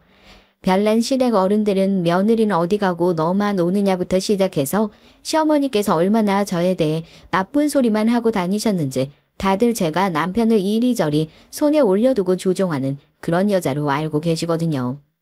학가 초반엔 그리 나쁘지 않았습니다. 시어머니께서도 나름 남편과 아이들 시선을 생각해서 조심하는 것 같더라고요. 그래서 이대로만 겨울을 보낸다면 나쁘지 않겠다 싶었죠. 제가 시어머니 모시고 있는 것이 신경 쓰이는지 형님이 종종 찾아와 주기도 했고요. 형님이 워낙 강력한 제 편이다 보니까 시어머니께서도 형님이 있으면 뭐라 하지 못하셨거든요. 제가 처음 인사를 드리러 갔던 그날부터 말입니다. 그렇게 시간은 흘러갔어요. 시댁에서 학가 생활을 시작한 지 한 달 정도 됐을까요? 시어머니께선 점점 본색을 드러내기 시작하시더라고요. 아이들이 학교로 가고 나면 그때부터 시어머니의 잔소리 폭격이 시작됐습니다. 도대체 한 달간 무슨 수로 참으셨을까 싶을 정도였어요. 이건 무슨 네 맛도 내 맛도 아니, 이런 맛을 어떻게 하면 낼 수 있는 거냐? 내가 몸이 불편하다고 해서 혀까지 문제가 있는 줄 알아? 너 솔직히 말해봐. 일부러 이렇게 음식하는 거지? 나 복장 터져 죽으라고. 어머니 건강 생각하셔서라도 싱겁게 드셔야죠. 의사 선생님께서도 너무 자극적인 음식이나 매운 것들은 피하라고 하셨잖아요. 음식을 피하려고 했지. 어디 이렇게 멀겋게 먹으라고 했냐? 돼지 새끼들도 안 먹겠다 이런 건. 음식 맛을 가지고 짜증을 내시는 건 기본 중에 기본이었어요. 빨래를 기껏 해두면 주름이 졌다고 빨래통을 뒤엎어버리는 일이 있거나 멀쩡하게 씻어둔 옷들도 다시 빨아오르고 던져버리는 일도 계셨죠. 어머니, 말로 하셔도 되잖아요. 이렇게 다 던지시면 어떡해요? 왜? 이번에도 내 아들한테 이러려고? 고자질에서 우리 모자 사이 갈라놨으면 무슨 그기야화를 더 누리겠다고 그리 머리를 쓰는 거냐? 그이한테 얘기해봤자 어머니께서 안 달라지실 텐데 무슨 소용 있어요. 그러니까 제발 짜증이 나더라도 말로 좀 하세요. 한두 살 애도 아니고 이렇게 집어 던지시면 어떻게 하란 말씀이세요? 한두 살래? 이년이 시어머니한테 말하러 꼬락서니 좀 보라지. 어디다 대고 훈계질이야. 시어머니께서는 제 말에 좀처럼 화를 가라앉히지를 못했습니다. 하지만 그런 일이 반복되다 보니까 전 점점 시어머니의 신경질을 적당히 무시하는 단계까지 올라왔어요. 얘기를 듣고 계신 분들은 뭐하러 합가를 해선 그런 고생을 하느냐고 하실 수도 있겠네요. 하지만 전 나름 견딜만 했습니다. 오죽하면 딱 이대로만 버티면 된다는 생각이었어요. 병원에서도 경과가 좋다고 하셨으니 정말 금방이라고 생각했죠. 비록 시어머니께서는 아직 아프다, 몸이 불편하다라는 등의 말을 하셨지만 병원에서도 물리치료 결과가 상당히 좋다고 하시면서 조금만 더 운동을 챙겨 하면 일상생활도 무리 없이 소화해낼 수 있다고 하셨답니다. 합가의 목표는 아이들과 시어머니의 사이를 좋게 만드는 것이었는데요. 아이들에겐 할머니라는 존재가 그리 좋은 기억으로 남진 않았습니다. 그도 그럴 것이 어린애들 앞에서 저한테 그렇게 화를 내고 소리를 지르셨는데 아이들이 뭘 기억하겠어요. 하지만 그것도 함께 살면서 많이 좋아졌답니다. 겨우 화가 많은 할머니 단계로밖에 변화하진 못했지만 그게 어디예요. 실은 할머니에게 말이죠. 아이들이 할머니를 부르며 따르는 모습을 종종 보이자 합가의 고통이 있긴 했지만 그래도 다행이다 싶었답니다. 합가를 하면서 하나 제가 이상한 걸 발견했는데요. 얼굴도 처음 보는 남자들이 매일같이 집으로 찾아온다는 것이었어요. 시어머니의 말씀으로 시아버지께서 남겨주신 사업을 대리로 해주는 사람들이라는데 제 눈에 전혀 그렇게 보이지 않았거든요. 너무 이상해서 남편에게도 말을 했는데 남편도 이미 아는 사람들이라고 하더군요. 물론 이런 부분이 이상한 건 아니었습니다. 시어머니나 남편의 말처럼 회사 일로 찾아오는 것이니 이상하게 볼 건 아니죠. 이 사람들이 다녀가면 꼭 시어머니께서 한동안 싱글벙글 하셔서 저라는 사람은 눈에 들어오지도 않는다는 듯이 콧노래를 흥얼거리셨다는 거예요. 그러시다 가끔은 저를 똑바로 노려보시며 이제 다 제자리로 돌아갈 일만 남았다고 하기도 하셨고요. 이 말의 의미를 실제로 알게 된 건 얼마 지나지 않아서였답니다. 그날은 집에 난방비와 전기세 고지서가 날아오는 날이었어요. 난방비가 대폭 상승해서 어떻게 나올지 걱정이 컸죠. 나름 인터넷을 보면서 난방비를 줄이기 위해서 정말 노력을 많이 했거든요. 그런데도 식구들이 이것도 아이가 있다 보니 줄인다는 것이 쉽지만은 않았습니다. 점심때가 돼서 식사를 준비하고 있는데 시어머니께서 시끄러운 소리와 함께 집으로 들어오셨어요. 오시자마자 시어머니께선 고지서를 식사 준비를 하고 있는 식탁으로 던지시더라고요. 한참 국물이 이리저리 튀었지만 시어머니께선 눈 하나 깜빡하지 않으셨습니다.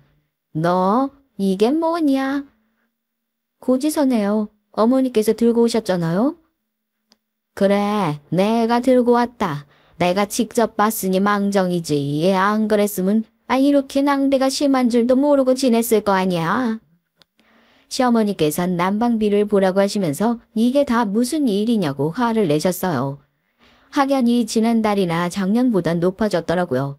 당연한 일 아니겠어요? 시어머니께서 혼자 쓰실 때보다 당연히 올라야죠. 그런데 시어머니께선 무슨 난방을 이렇게 켜두냐며 소리를 지르셨습니다. 넌 뭐하는 애니? 어? 세상에 이번 달 난방비 나온 것 좀 봐. 아주 흥청망청. 어머니, 작년과 비교하면 당연히 많이 나올 수밖에 없잖아요. 올해는 저희 가족도 들어와서 사는데 혼자 쓰실 때보다 더 많이 나오는 게 당연하지 않겠어요? 그래도 다른 집에 비해서 적게 나오는 편이네요. 누가 내 새끼들, 내 자식들 쓰는 거 아깝다고 하디? 너 말이야, 너. 내가 말 안 하려고 했는데. 너 따뜻한 물도 많이 쓰고, 심지어 밤에 보니까 혼자 처차 빠져서 자는 주제에 아주 그냥 바닥이 뜨끈뜨끈하더라. 하지만 어머니, 그날은 역대급 한파라고 다들 난리가 났을 때잖아요. 저 그날을 제외하고는 난방 틀어두고 잔 적이 전혀 없거든요. 한파가 뭐 어때서, 응? 나 젊을 땐 이것보다 몇 배는 더 추웠어도 그렇게 안 틀고 지냈다. 고작 이 추위에 무슨 난방 타령이야. 시어머니께선 남편이 힘들게 벌어온 돈을 이렇게 날리느냐며 소리를 지르셨고 저 역시 지지 않고 이 정도는 난방비 나온 것도 아니라며 소리를 높였어요. 제 반응에 머리끝까지 화가 나신 시어머니께선 식사도 하지 않으시고 방으로 들어가 버리셨죠. 그리고는 누군가와 전화를 하시더라고요. 전 배가 고프면 나오시겠지 싶어서 혼자 점심을 먹고 시어머니 식사는 그대로 둔 상태로 제 방에 들어왔고요. 그때였습니다. 갑자기 남편에게서 급하게 지방으로 출장을 가게 됐다는 말과 함께 몇 가지 옷을 좀 챙겨서 나와달란 연락이 왔어요. 전 시어머니에게 사실대로 얘기를 하고 집을 나섰죠. 아이들 하원 시간에 맞춰 함께 집으로 들어갔더니 언제 화를 내었다는 듯이 어머니께선 기분 좋게 말씀하시더라고요. 심지어 제게는 아까 너무 예민하게 말했다고 사과까지 하셨고요. 전 왜 이러시나 싶었지만 그저 전기세나 난방비에 신경을 쓰이겠지만 병원비가 더 많이 나올 수도 있으니 너무 춥게 지내지는 말자고 말씀드렸답니다. 다음 날 정말 이제 잊을 수 없는 공포의 날이 시작됐습니다. 아이들을 등원시키고 전 평소처럼 집안 청소를 하고는 빵집에 다녀왔어요. 들어오는데 시어머니께서 절 부르시더라고요. 곧 친구들이 오는데 창고에서 박스 하나를 좀 가지고 오라고요. 시어머니 댁은 단독주택이었는데 반지하 창고가 하나 있었거든요. 그곳엔 온갖 잡동사니들이 들어있었는데 시어머니께서 아주 중요한 것이니 꼭 꺼내야 한다고 하시더라고요. 전 시키는 대로 손전등을 가지고 지하실로 내려갔습니다. 문을 여는데 냉기가 느껴지더라고요. 속으로 진짜 춥다고 중얼거리며 몇 걸음 걸어 내려가는데 갑자기 누군가 제 등을 떠미는 것이 아니겠어요. 전 발을 헛딛고 소리를 지르며 굴러 내려갔습니다. 계단에 몸을 부딪힌 전 안 아픈 곳이 없었죠. 발목이 시큰거리는 것이 부러진 것 같더라고요. 그때였습니다. 원래 예로부터 천한년들은 이렇게 가르쳐야 했어. 처음부터 이렇게 했어야 됐는데 우리 아들 등 뒤에 숨어서 감히 나를 가지고 놀아? 이번 기회에 내가 버릇을 고쳐주마. 어머니, 지금 뭐 하시는 짓이세요? 제가 뭘 어떻게 했다고 이러시는데요? 처음 봤을 때부터 마음에 안 들었어. 머리부터 발끝까지 아주 값싼 티가 줄줄 흐르는 꼴이라니. 그런데 무슨 말만 하면 말대꾸 따박따박 하지를 않나. 시어머니께선 제가 뭐라고 더 말을 하기도 전에 가만히 생각하며 반성하라고 하시면서 지하실 문을 닫으셨습니다. 눈앞에 무엇이 있는지 보이지도 않을 만큼 짙은 어둠 속에서 전 겨우 몸을 바로 했어요. 몸을 움직일 때마다 괴성을 지르고 싶을 만큼 아팠지만 전 꼭 물러 참았답니다. 손전등을 켜려고 했지만 굴러 떨어지면서 고장이라도 났는지 전원이 들어오지 않더라고요. 전 더듬거리며 폰을 찾았지만 소용이 없었어요. 전 한숨이 나왔습니다. 제 몸이 아픈 건 둘째치고 아이들이 걱정되더라고요. 특히 둘째는 엄마 바라게여서 제가 없으면 절 찾아다닐 텐데 어떻게 하면 좋나 싶더라고요. 거기다 첫째는 입이 짧아서 유치원에서 주는 건 제대로 먹지도 못하거든요. 그래서 돌아오면 꼭 간식을 챙겨줘야 하는데 하며 걱정이 됐습니다. 시간이 얼마나 흘렀나 온몸이 점점 오들오들 떨려오더군요. 이가 딱딱 부딪힐 정도의 추위가 몰려오기 시작했습니다. 전 창고에서 먼지투성이의 이불을 찾아 몸을 감싸곤 꾸역꾸역 계단을 기어 올라갔어요. 열쇠는 언제 새로 바꾼 것인지 단단하게 새 것으로 고정이 되어 있더군요. 그 모습을 보는데 온몸에 소름이 돋았습니다. 전 아이들의 이름을 부르면서 문을 두드렸어요. 한참을 그렇게 불렀는데도 밖은 고요했죠. 아이들 소리가 조금도 들리지 않더라고요. 대신 이 신발을 질질 끄는 소리와 함께 시어머니의 목소리가 들려왔습니다. 반성하라고 했더니 아주 그냥 힘이 남아 돌지. 백날 그렇게 두들겨 봐라. 애들이 들을 수 있나. 애들은 이미 내가 막내 집에 보내뒀으니까. 어머니, 진짜 왜 이러세요? 지금 어머니 하시는 행동, 이거 다 범죄예요. 이렇게까지 절 미워하실 건 없잖아요? 저 어머니 며느리로 산지 자그만치 10년이에요. 네가 무슨 며느리야? 나는 너 같은 며느리 없다. 그리고 10년이 뭐야? 100년. 아니, 다시 태어난다고 해도 너 같은 년은 우리 집 사람이 될 수 없어. 온몸 구석구석 천박함이 줄줄 흐르잖아. 이런다고 달라질 일은 아무것도 없잖아요. 어머니, 문 여세요. 이제 그만하고 문 여시라고요. 시어머니께서는 아직 말할 기운이 남아있는 것으로 봐선 멀었다고 하시면서 얼마나 더 버틸 수 있나 보자고 하시더군요. 그렇게 몇 시간이 더 흘렀을까요? 제 몸은 추위에 점점 떨기 시작했어요. 거기나 다친 다리 때문인지 열이 나기도 했고요. 그렇게 문에 기대어 점점 흐려지는 정신줄을 겨우 붙들고 있었죠. 지금도 그때를 생각하면 다리 한쪽이 옥신거리고 온 몸에 소름이 돋아요. 그 당시 제가 할 수 있었던 것이라곤 누구든 저를 꺼내주길 바라는 것이 전부였거든요. 그러다 저도 모르게 잠이 들었는지 다시 눈을 떴을 땐 창고에도 옅은 햇빛이 들어오고 있었습니다. 전 겨우 정신을 차리고 계단 주변을 더듬거렸어요. 그리고 틈새에서 제 핸드폰을 발견할 수 있었죠. 하지만 신호가 잡히지 않았어요. 전 아픈 다리를 절뚝거리며 신호를 찾아 움직였지만 창고 어디에서도 신호는 잡히지 않았습니다. 전 절대로 희망을 놓을 수가 없었어요. 무조건 여기를 살아나가서 우리 아이들을 만날 생각뿐이었죠.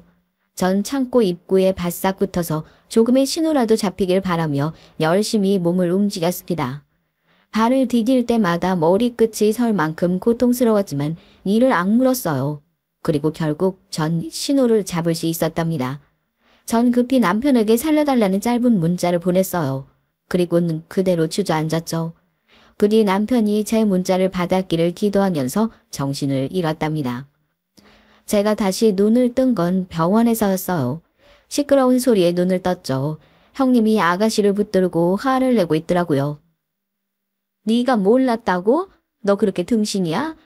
갑자기 엄마가 애들을 맡아달라고 하는데 이상한 낌새를 못 느꼈다는 게 말이 된다고 생각해? 진짜야. 난 그저 언니가 많이 바쁜가 보다 했지. 다른 이유가 있을 거라고는. 시끄러워. 내가 가만히 있을 것 같아? 이번 일 절대로 그냥 안 넘어가.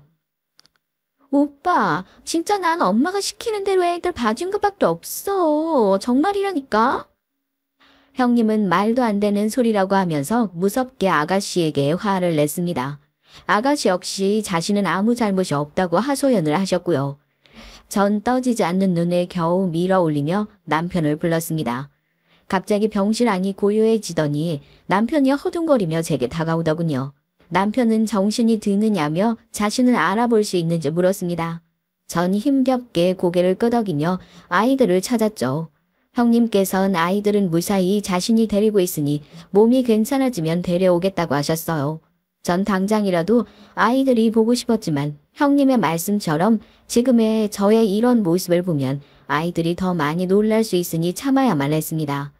형님은 아이들은 건강하게 잘 지내고 있으니 걱정하지 말라고 하셨어요. 전 옥신거리는 다리를 바라봤습니다. 부러진 상태에서 움직이는 바람에 상태가 더 나빠졌다고 하더군요. 급히 수술을 했지만 절대 안정을 해야 한다고요. 전 그제야 남편을 바라보며 문자를 받았냐고 물었습니다. 그러자 남편이 갑자기 절 세게 껴안고는 미안하다고 말하며 울기 시작하더라고요. 살려달라는 제 문자를 받은 남편은 일이고 뭐고 다 그만두고 바로 집으로 달려왔다고 해요. 시어머니께서는 갑자기 집으로 들어온 남편을 바라보며 당황하신 것도 잠시 제가 말없이 나가서는 소식이 없다고 하셨죠. 남편을 옷이며 신발이며 어느 것 하나 사라진 것이 없다 보니 믿을 수가 없었다고 했어요. 하지만 시어머니께서는 끝까지 제 욕을 하시면서 잔소리 좀 했더니 그대로 나가버렸다고 남편에게 거짓말을 했죠. 남편은 시어머니의 말을 듣고 있으면서도 어딘가 석연치 않은 구석이 있었다고 했어요. 결정적으로 아이들이 형님이 아닌 아가씨 집에 있다는 소리를 듣고선 무엇인가 시어머니께서 숨기고 계시는 것이 있다는 걸 눈치챘죠. 평소 제가 아가씨보단 형님을 더 믿고 의지했다는 사실을 누구보다 잘 알고 있었거든요. 그러다 우연히 지하실 입구를 쳐다봤는데 평소엔 놓여있지도 않는 리빙박스들이 놓여 있었다고 했어요. 아무래도 제가 문을 열까봐 걱정이 되신 시어머니께서 막아두신 것 같았죠. 남편은 왜 리빙박스가 밖에 나와 있냐고 물었고 시어머니께서는 잘 모르겠다고 하면서 말을 줄이셨는데 거기서 남편이 심상치 않음을 간파하고 지하실을 보겠다고 나섰죠. 당연히 시어머니께서는 먼지밖에 없을 텐데 뭐하러 확인을 해보느냐고 남편을 막아섰고 그런 행동들이 남편의 의심을 사면서 결국엔 지하실 문 앞에 리빙박스들을 다 치웠는데 새 것이나 다름없는 손잡이를 보곤 깜짝 놀랐다고 했죠. 그리고 시어머니에게 열쇠가 어디 있냐고 물었지만 시어머니는 제가 관리를 하고 있으니 자신은 모른다고 잡아떼셨더군요. 남편은 힘으로라도 열어야겠다 싶었는지 말리는 시어머니를 뿌리치고는 문을 부쉈고 결국엔 입구에 쓰러진 저를 발견했다고 해요. 차갑게 얼어있는 절 발견한 남편이 급히 119를 불러 전 무사히 병원으로 이송되어 수술을 받게 된 것이었죠. 난 어머니가 그런 행동하실 줄은 꿈에도 몰랐어. 그러게 내가 우리 엄마랑 같이 사는 거 아니라고 했잖아. 나도 어머니께서 이렇게 나오실 줄은 몰랐지. 처음엔 잘 지내기도 했고. 도대체 무슨 일이 있어서 엄마가 갑자기 정신 나간 사람처럼 행동한 거야? 야, 넌 알고 있지? 너도 공범이잖아. 내가 무슨 공범이야. 아가씨는 무섭게 소리를 지르는 형님 앞에서 몸을 잔뜩 웅크리며 자신은 모른다고 했지만 병실에 있던 그 누구도 믿지 않았습니다. 남편이 계속해서 닥달을 하자 겨우 눈치를 보며 얘기를 하는데 정말 할 말이 없더라고요. 원래 며느리로 찍어둔 여자가 있었는데 이번에 그 여자가 이혼을 하고 한국으로 들어왔다는 소식을 접한 뒤론 그 여자 얘기만 하셨다고 해요. 집안이며 스펙이며 나무랄 곳이 한 군데도 없는 여자라고 하면서 그쪽 집에서도 남편에게 관심을 보이고 있으니 이번에 저를 쫓아내고 그 여자를 며느리로 들여야 한다고도 말하셨다라고요. 그 얘기를 듣는데 웃음이 났습니다. 무슨 조선시대도 아니고 어떻게 그런 생각을 하는지 믿을 수가 없었죠. 형님도 저와 같은 생각인지 시어머니께서 정신에 문제가 생긴 건 아니냐며 당장이라도 병원에 입원시키고 검사를 해봐야 한다고 했어요.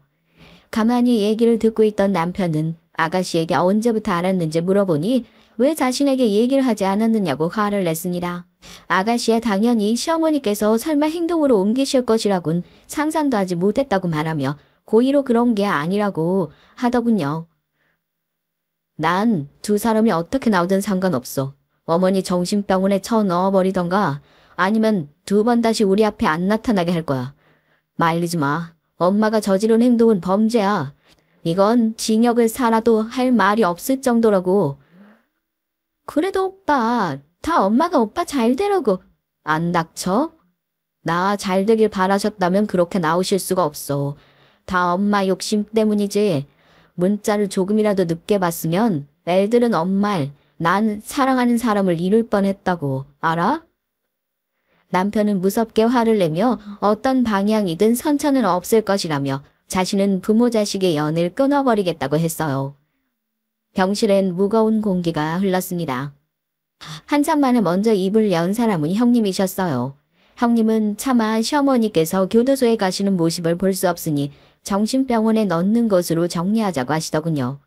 그리고는 저를 바라보시면서 저한테 이런 부탁을 하는 것 자체가 얼마나 나쁜 행동인지는 알지만 시어머니의 남은 인생은 정신병동에서 보낼 수 있도록 해줄 수는 없냐고 말했죠. 전 단박에 대답이 나오질 않았습니다. 어떤 분들은 고작 하루 갇혀 있었던 거 아니냐고 하실 수 있지만 제겐 그 하루가 전부는 아니었으니까요. 남편은 지금 당장 대답할 필요 없다고 말하면서 형님과 아가씨를 내보냈습니다. 아가씨는 그래도 시어머니 아니냐며 그저 용서하라고 했고 형님은 그런 아가씨를 강하게 끌어당기면서 말 같지 않은 소리는 하지도 말라고 하더군요. 그렇게 두 사람이 나가고 전 남편에게도 혼자 있고 싶다고 말했어요. 남편은 다소 충격받은 표정이었습니다. 제가 자신을 밀어낼 것이라고는 생각하지 못했던 것 같았어요. 하지만 이내 알겠다고 하고는 병실을 나가더군요. 병실에 혼자 남은 전 참 많은 생각을 했습니다. 마음 같아선 시어머니가 저와 똑같은 고통을 겪었으면 좋겠다 싶었어요. 차가운 교도소 안에서 자신이 한 행동을 곱씹어보며 철저하게 후회했으면 좋겠더군요. 하지만 한편으론 잠깐 살고 나오면 끝인 그것보단 평생을 정신병동에서 쓸쓸하게 노후를 보내도록 하는 것도 괜찮겠다 싶었고요. 어느 쪽이든 철저히 가족들에게 외면받는 삶이 어떤 것인지 알 수 있겠죠. 그렇게 꼬박 하루를 고민한 전 남편에게 병원의 도움을 받겠다고 말했습니다. 그 뒤로 자세한 얘긴 들은 적 없지만 전 딱 한 번 시어머니를 만나고 온 적이 있어요. 바로 일주일 전이죠. 형님께선 말리셨지만 전 시어머니께 멀쩡한 제 모습을 보여드리고 싶었거든요. 아니나 다를까 절 보자마자 눈을 시퍼렇게 뜨고는 왜 살아있느냐고 물으시더군요. 그리곤 절 가만히 두지 않겠다고 소리를 지르기도 하셨고요. 간호사들이 급히 시어머니를 안쪽으로 데리고 들어가고 형님은 그런 시어머니를 바라보며 긴 한숨을 내쉬었습니다. 전 그저 마지막이 될 시어머니의 모습을 보고만 있었어요. 불쌍하단 생각은 조금도 들지 않더라고요. 병원을 나서면서 전 형님께 무조건 행복해질 것이라고 말했습니다. 형님은 담담히 제 어깨를 두드려주기만 하셨고요. 마지막까지 들어주셔서 감사합니다.